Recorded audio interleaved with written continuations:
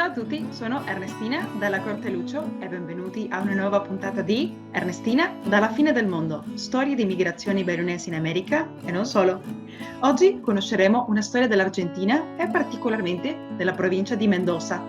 Questo bellissimo territorio si trova ai piedi dell'imponente Cordillera delle Andes. Infatti, a Mendoza troviamo la montagna più alta del continente americano, la Concagua, che ha più di 6.900 metri di altezza. Mendoza è una provincia che racchiude al suo interno delle montagne, prati e alcuni dei vigneti più rinomati al mondo. La provincia conta con quasi 2 milioni di abitanti, dei quali un grande percentuale ha origine italiana. In questa occasione abbiamo una puntata speciale. Oggi ci siamo collegati da Mendoza con Celeste Denca, suo papà Celeste e suo zio Renato che ci raccontano la loro storia di immigrazione. Ciao amici, come state? Ciao Ernestina, piacere di vederti e conoscerti prima di tutto. Ecco, anche per me. Beh, Celeste, perché non ti presenti tu e poi alla tua bella famiglia? Dite qualcosa di voi, così i nostri ascoltatori vi conoscono. Presentatevi. Io sono Celeste D'Inca, sono d'origine bellunese, sono nata a Mendoza, mio papà e mio zio Renato, che sono fratelli, logicamente sono nati a Belluno proprio, Belluno città. La mia nonna era di Isoldo e il mio nonno era di Cusighe. Bueno, noi abbiamo un legame così vicino con Belluno, tutti noi ritorniamo ogni tanto a visitare perché abbiamo dei parenti, anche abbiamo dei ricordi, soprattutto mio papà e mio zio. Perché non ci raccontate un po' dove è cominciata questa vostra storia? Dove sono le vostre radici propriamente? Beh, la storia incomincia un po' presto, nell'anno 24. Nell'anno 24 mio padre, Giacinto, è venuto in Argentina accompagnando le sue due sorelle maggiori. Venivano ognuna con un figlio, anche perché i loro mariti sono venuti in Argentina un anno prima. Mm-hmm. Beh, uno è arrivato fino qui a Mendoza e l'altro è rimasto a Buenos Aires. Quello che è arrivato a Buenos Aires non ha avuto molta fortuna. Quello che è qui a Mendoza l'avrebbe avuto se il suo carattere fosse stato un po' meglio. Avrebbe avuto molta fortuna. Ma infatti allora mio padre arrivò a Mendoza, ma oramai con 17 anni soltanto aveva fatto le scuole industriali, era un bravissimo tornitore e andò a lavorare qui a due grandi industrie e lavorando come facevano allora 18 ore al giorno ha fatto una piccola fortuna che gli ha permesso, una volta tornato in Italia, comprare dei terreni e fare una casa. Ecco, lì proprio a Belluno? A Belluno, sì, in via Venezia numero 100. Ecco, in quale anno è tornato lì in Italia per comprare la casa? Nel 1933. Ecco, grazie Renato. È rimasto qui per 8 anni, quasi 8 anni, e poi è ritornato perché è morto il mio nonno, cioè il padre del mio padre, e così ha dovuto ritornare per tenere a carico tutta la famiglia. Era l'unico figlio maschio, diciamo, con 4 sorelle. Allora lui è ritornato in Italia con questa piccola fortuna, come diceva mio fratello, e ha così comprato una casa che poi si è fatta un'osteria. In questa casa, un'osteria che è l'osteria da Teresa che era il nome della nostra nonna, infatti. E così iniziamo. Via Venezia numero 100, adesso è via Vittorio Veneto. Adesso che la via Venezia si chiama via Vittorio Veneto. Può continuare mio fratello, lo mio soltanto una risposta piccola così. Ma benvenuta, dai. Sì, sì. No, continua tu, Renato, Avanti, dai. Celeste. Continuo io? Sì, sì, continua tu, dai. No. Bene. Poi mio padre... Sì, ecco, sì. Poi che è ritornato dall'Argentina in Italia nell'anno 1932, che come hai detto è morto il nonno è morto in un caso molto semplice. Il nonno lavorava in una fabbrica di mattoni alla Rossa, sa, fuori alla Rossa, e vivevano proprio lì, in quella casa che era alla Rossa.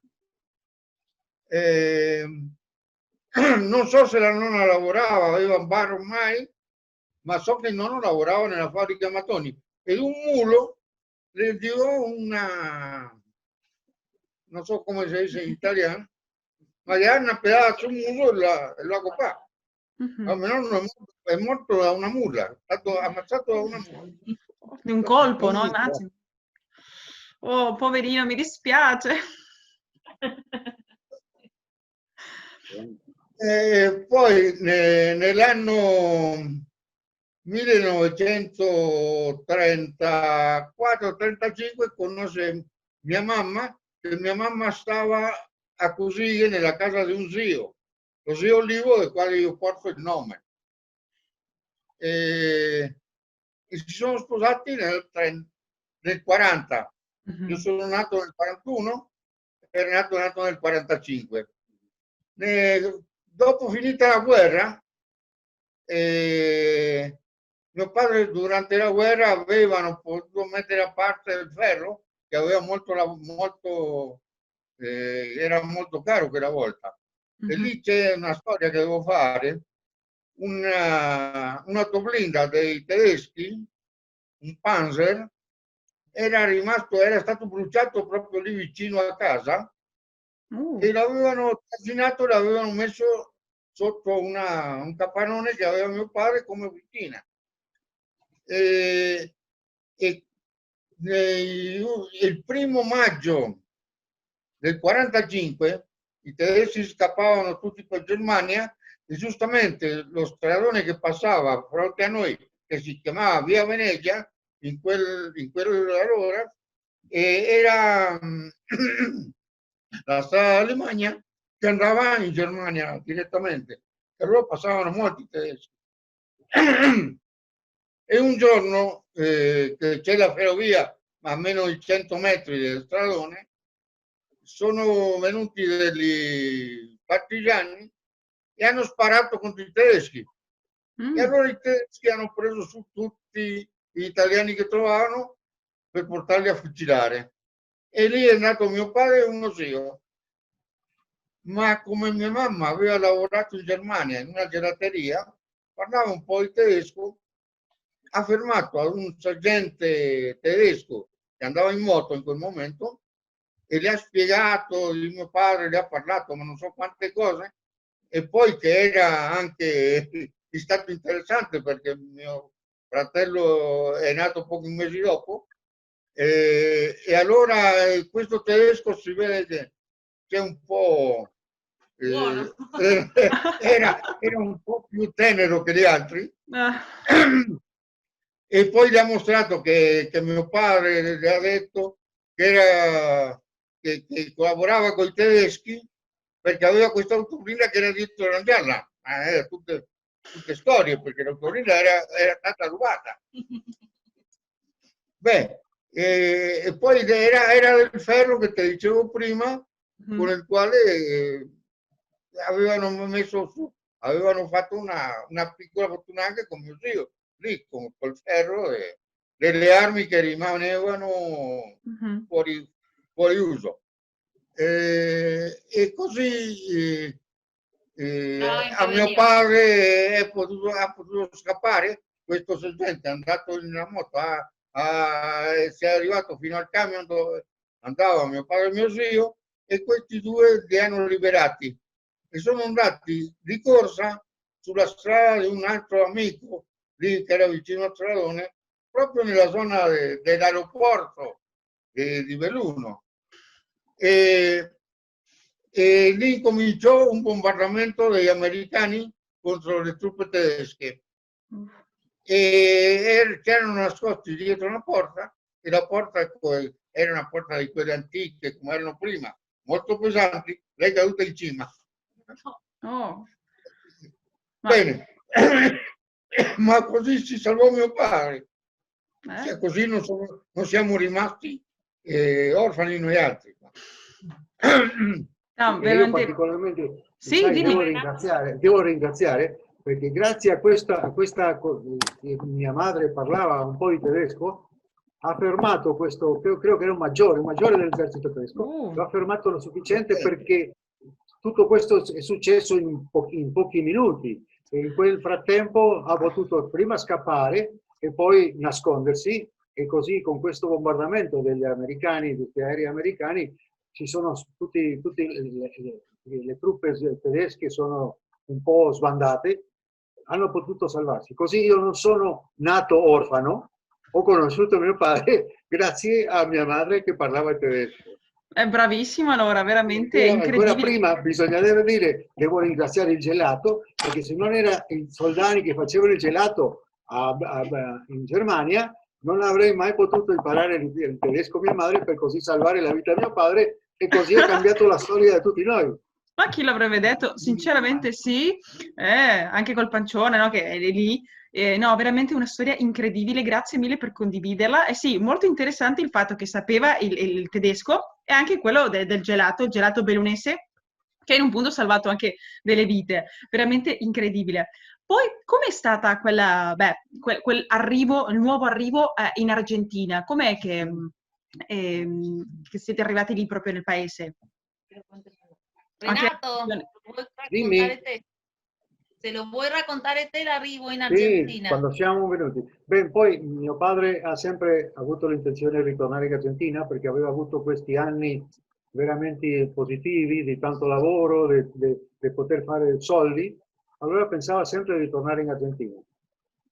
Mia madre, come una buona sagitariana, aveva sempre lo spirito del viaggio, di partire, di andare in altra parte. E quello ha fatto che tutti e due d'accordo, dopo che è morta la nonna, la madre di mio padre, nel 47 mi sembra, allora mio padre nel 48 ha deciso, tutti e due hanno deciso, mio padre e mia madre, decisero di venire in Argentina perché qui era un posto dove in pochi anni si poteva fare tanti soldi e poi c'era la possibilità di che la famiglia si trovasse in un posto di comodità, probabilmente di vita familiare.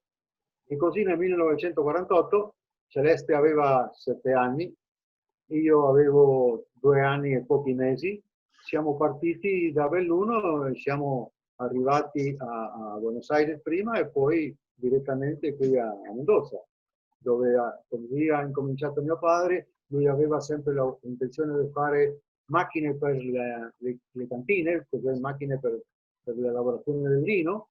Con questa idea è venuto perché sapeva che qui a Mendoza quella era l'industria più importante, ma si trovò con una situazione diversa e ha dovuto cambiare. Invece di fare macchine per queste cantine, ha fatto per quello che tu dicevi prima, quelli che tagliano il legno, quello che fanno il legno, ma per fare i cassoni per l'esportazione di frutta. Ah, guarda! Comunque, quando siamo venuti, mio padre non siamo soltanto la famiglia, ha portato tante attrezzature, poi anche un tornio, fredatore, tante macchine per montare questa officina meccanica e anche due operai che sono stati un paio di anni qui e poi sono ritornati. Così che ha trasladato la sua industria, la sua officina che aveva meccanica a Belluno, l'ha portata qui in Argentina, qui a Mendoza, e qui cominciò a lavorare in questo suo rubro, questo lavorava in questa officina meccanica, poi sempre il primo anno, prima 2 o 3 anni per le cantine e poi queste macchine per fare le seghe elettriche, seghe per fare questi legni per i cassoni della frutta, che era un momento di grande, cioè si esportava tutto questo. Sì, allora grande c'era sviluppo. tanto lavoro in questo così, quello che ha scelto lui è questo così. E così Ecco. cominciò a lavorare in questa sua officina meccanica. Ecco, stupendo. E com'è la Mendoza che avevano ritrovato? Spiegate anche un po' ai nostri ascoltatori com'è Mendoza dall'aspetto geografico, del clima, è simile per caso a Belluno o no? Si potrebbe dire che c'è simile perché la montagna, le Andi sono qui vicine, comunque non è non sono tan qui vicine. A Belluno la montagna è, apri la porta e sei in montagna. Invece qui è un po', siamo a un paio, non so, 150-200 chilometri lontani da veramente le montagne più alte. Anche qui a Mendoza c'è la montagna più alta d'America, che è la Concagua, Ecco, che è sì. la più alta, a quasi 7.000 metri sopra il livello del mare. È una delle montagne più grandi del mondo, la più grande d'America sicuro. Ecco, e il clima com'è? Freddo? C'è la neve, immagino? La neve non è come a Belluno. A Belluno io ricordo, io sono stato con una borsa di studio, poi racconterò anche questo, ma a Belluno comincia a nevicare i primi giorni di dicembre, fine di novembre e dicembre, e quella neve rimane fino a marzo, poco più o meno, febbraio sicuro. A Mendoza nevica in città una piccolissima quantità, ogni anno abbiamo 2, 3, 4 giorni che nevica qui in città, in montagna, sì, la montagna viene tutta bianca, quello è veramente tutto l'inverno vediamo la montagna vicino. Il clima a Belluno fa più freddo, a Belluno si arriva anche a 12 sotto zero, 10, 12, invece qui a Mendoza 3, 4, 5 sotto zero, veramente sono eccezionali.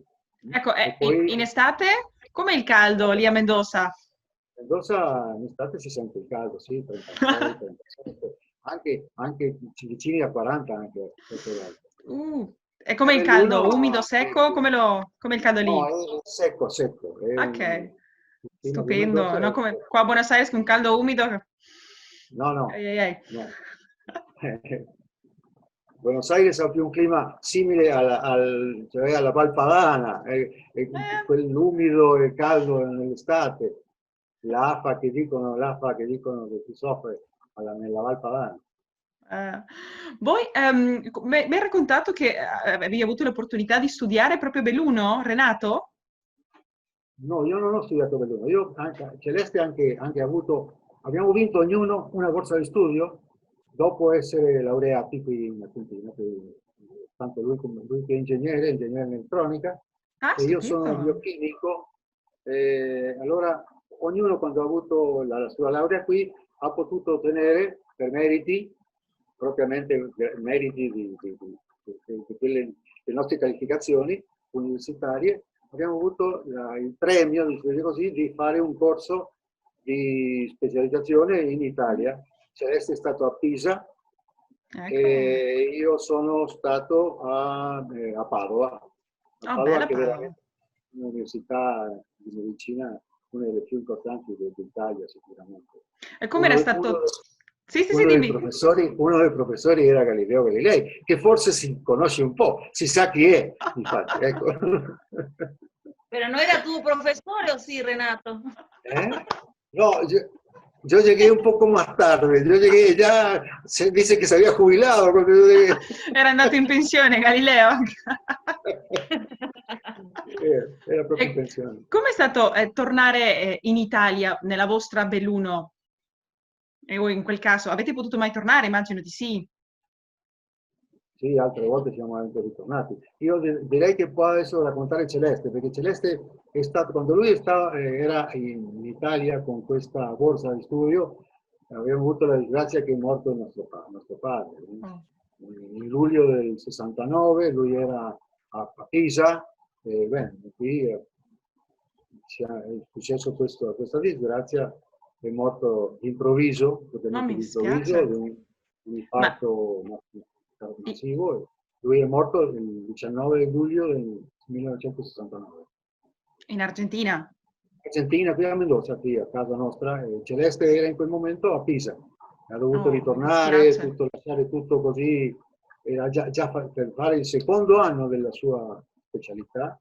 E così è ritornato anche lui improvviso e le ha stroncato, non ha potuto finire con quello che lui voleva fare lì. Quella è la storia più triste. Poi nel 70-71 sono andato io in Italia. Io sì sono stato più a Belluno perché era vicino. Lui era stato a Pisa e andava sempre su e giù per Belluno, ma da Pisa a Belluno non ci sono questi 100 chilometri che sono da Padova da Padova a Belluno No, è più appena più lontano. Ma aveva la 500, non avevi la 500 là per viaggiare da Sì. Pisa a Belluno, sì. Sì. Ma sei andato con la 500 fino lì o in treno? Ma che Aveva la bello! 500. Sì, è vero. Ecco. Dopo c'è una storia curiosa che non so se la racconta Renato o mio papà, che là a Belluno c'è un edificio che si chiama Mendoza proprio per la mia famiglia, si chiama Mendoza. È Oh, un, sì, dove per vicino a Via favore. Monti. Sì, pure. Era, Racconta. era dei terreni comprati negli anni 30 per mio padre, e che aveva fatto una casa che poi è diventata rosseria. Mi ricordo ancora com'era la casa, ma infatti non è molto... è una casa comune, veneta, tetto a quattro acque, il postiglio sopra molto grande, dove si faceva seccare il frume, scusa, Il mais. il mais, il gran turco, Mhm. per poi farlo macinare per fare la polenta. Va? Mhm. Quella era la casa di suoi nonni e Oh, dopo un tempo hanno fatto un contratto con Con una... una ditta di Belluno, mio padre Fratelli ha fatto Bristol, fratelli Bristol, lui rimaneva con alcuni appartamenti e negozi mhm. e le dava il terreno a questa impresa per fare su un condominio. E hanno fatto un bel condominio, il condominio gli ha messo il nome Mendoza per mio padre e per questo si chiama così. E il bar che c'è sotto, che ti racconta mio zio ora, si chiama anche Mendoza, è un bar tradizionale di quella parte di Belluno. Dove Stupendo. viene Renato? A Via Mondine? Via ecco, è Mondin, proprio nell'angolo Vittorio Veneto. Vittorio Veneto via Mondin. Ecco, stupendo. Avevi menzionato un fratelli, prima il nome Bristol era la ditta di costruzione, l'impresa che ha costruito il condominio Mendoza era di questi fratelli di Bristol che erano amici di mio padre Oh, e lui così ha fatto questo affare, diciamo, perché aveva un terreno grande e una casa vecchia e mhm. in questo si è alzato questo condominio che è veramente Wow, bellissimi appartamenti e negozi ecco. di pian terreno. Sì, È, sì. è ancora in piedi? Sì, veramente sì, questo sì, si chiama Condominio Mendoza e il bar Enoteca Bar Mendoza che è proprio in quell'angolo di Mondin di Vittorio Veneto. Ecco, immagino che a Belluno quando ci sentiranno andranno a vedere questo posto incredibile. Veramente sì. Quando siete tornati proprio a Belluno, no? Avete portato, per studiare, no? Avete portato qualcosa dell'Argentina? O non so, tipo un'abitudine, una tradizione, qualsiasi oggetto, per curiosità. Io direi, sai qualche No, cosa? no. Senti Ernestina, noi qui a Mendoza, veramente, finché era vivo mio padre, e anche dopo, eravamo una piccola Belluno, la nostra famiglia era una piccola Belluno. Ah, che stupendo! E anche noi, tanto Celeste come io, io sentivo la nostalgia del Belluno, ma non avevo conosciuto Belluno, ero partito con 2 anni. Eh sì, Comunque piccolino. quello che sentivo, quello che mi dicevano i miei genitori, quello che diceva Celeste, che con 7 anni aveva un ricordo un po' più vivido, ma io veramente quello che potevo dire è quello che mi trasmettevano i miei genitori, tanto mamma e papà. Veramente innamorati di Belluno perché io, lo dico io anche Celeste sicuramente, innamorati di Belluno anche se è un ricordo così non proprio, era un ricordo di questo, una nostalgia di questo genere. E poi qui a casa si parlava bellunese, quel bellunese che Oh. dice Celeste, quel bellunese che dice Celeste con parole del Soldano, veramente, ma si parlava e anche io adesso quando mi trovo con mio fratello parliamo in bellunese, quel bellunese di quell'epoca. Ecco, 40, stupendo. 50 anni fa, 60 anni fa, ma è quel bellunese che noi altri parliamo. Ecco, Sono poi alla parole fine voglio un saluto in quel bellunese che parlate, se potete. Sarebbe stupendo. Sì, qualche cosa si può anche dire anche in bellunese, logicamente, ma ci sono anche parole che quasi non esistono più. Io l'ultima volta che sono stato a Belluno, al tassista che mi portava, gli disse, era un ragazzo di 30 anni, trentenne, e tu sai cos'è un secer? Mi dice, un secer? No, no, ho sentito secer. Beh, secer, io non so come si dirà in italiano, per me sempre sarà il secer, cioè è dove si lavano i piatti così, in spagnolo una bacia, la bacia della cucina, la piletta della cucina. Ah, un lavandino Bueno, sarebbe, beh, magari. per lavare, dove si lavano i piatti? Bueno, quello Ah si chiama sì, tipo un secer, lavandino, quello si guarda! chiama, quello in bellunese si chiama secer. Ecco, stupendo. Forse sarà una deformazione della parola secchio, secchio, secchio, Ah, che era una cosa del genere, bueno, è il secer. Per noi è il secer. Celeste, andiamo E, a parlare su di te, no? Tu che sei cresciuta in questa famiglia bellunese, che vive bellunesità, che parla bellunese, tu come vivi questa tua vita? Come nel quotidiano quella eredità bellunese, quindi una vita di questa giovane bellunese qua in Argentina, italo-argentina, come la vivi? Cosa vede che è rimasto di qualche tradizione, di qualche, non so, ricetta, qualche cibo, qualcos'altro? Anche musica, per caso? ma allora, sono rimaste sempre tante cose di Belluno che per me, anche per le mie sorelle, anche i miei cugini, Belluno sempre è nel nostro cuore. Per noi, per esempio, il cibo, per noi la polenta, per mio papà la polenta è come importantissima nella sua vita, anche lo spritz, il Beh. prosecco. Eh, sebbene qua non c'è prosecco propriamente, ma lo facciamo arrivare con un buon spumante. Ecco. Abbiamo tantissime cose, noi abbiamo anche un modo di essere che è proprio di gente di montagna, che siamo un po' chiusi, un po', non abbiamo delle dimostrazioni sentimentali così come altre, come ci sono in altre culture, credo.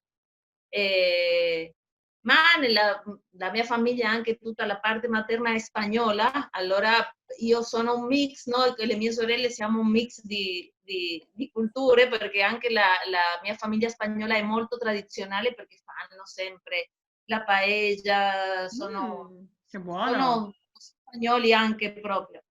Di Belluno rimane, come ti dicevo, il cibo fondamentalmente, il modo di essere, anche alcune parole, anche alcune immagini che abbiamo noi. Per esempio, io quando sono andata in Italia la prima volta, che era l'anno 1990, io visitavo i luoghi che mi portava mio papà e pensavo a tutti quei posti che mia nonna mi aveva raccontato nella sua giovinezza. Allora i posti dove lei passeggiava, come era la Ah, che piazza, bello. come erano le montagne, così.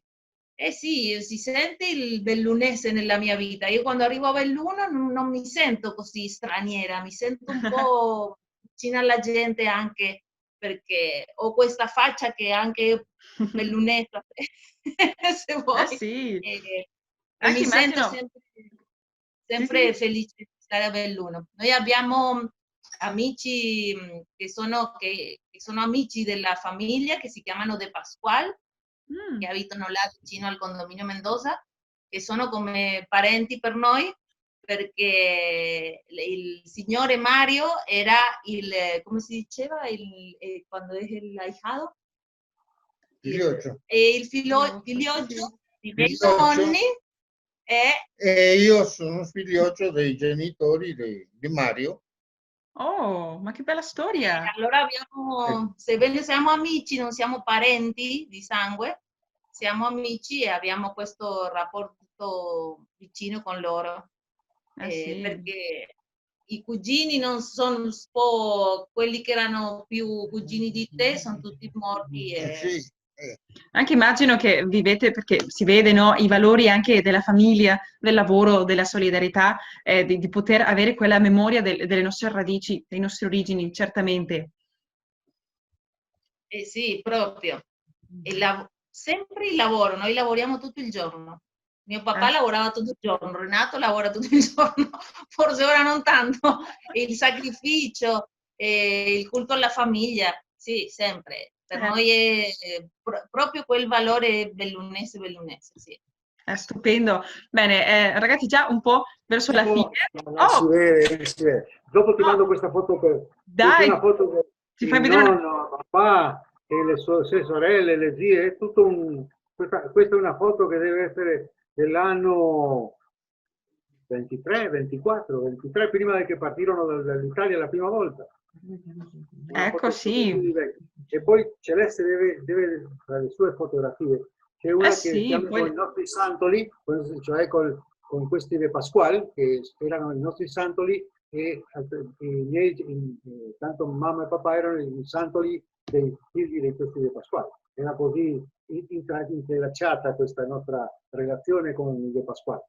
Guarda, per chi sta sentendo in radio, ci avevi fatto vedere una bella foto in bianco e nero, una foto che anche dopo metteremo sul video, che potete visitare e vedere anche sul sito di Radio AVM, Voce delle Dolomiti, e anche sulle nostre reti sociali. Quello è stupendo. Bene, cara famiglia Dinka, è stato veramente un piacere. Già verso la fine volete inviare un saluto a tutti i bellunesi nel mondo, magari anche in dialetto, qualcosa?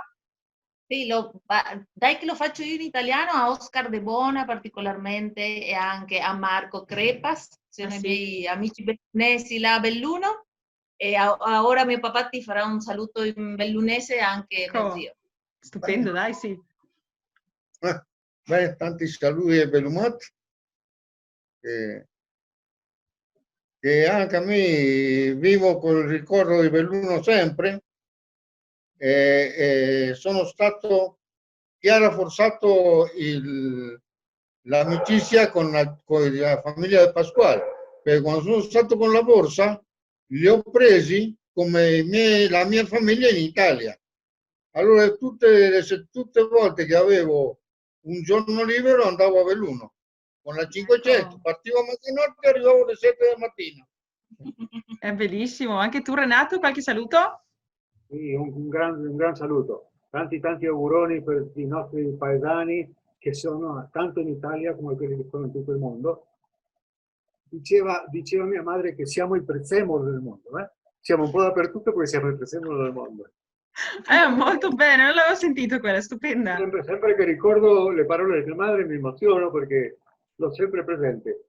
E con lei presente questa mia città, questo mio luogo di nascita, dove ho imparato a amarlo, ma così alla distanza. Quando l'ho conosciuto ho avuto delle belle situazioni, ho visto panorami straordinari, mi sono un po' sentito integrato in questo mio luogo di nascita.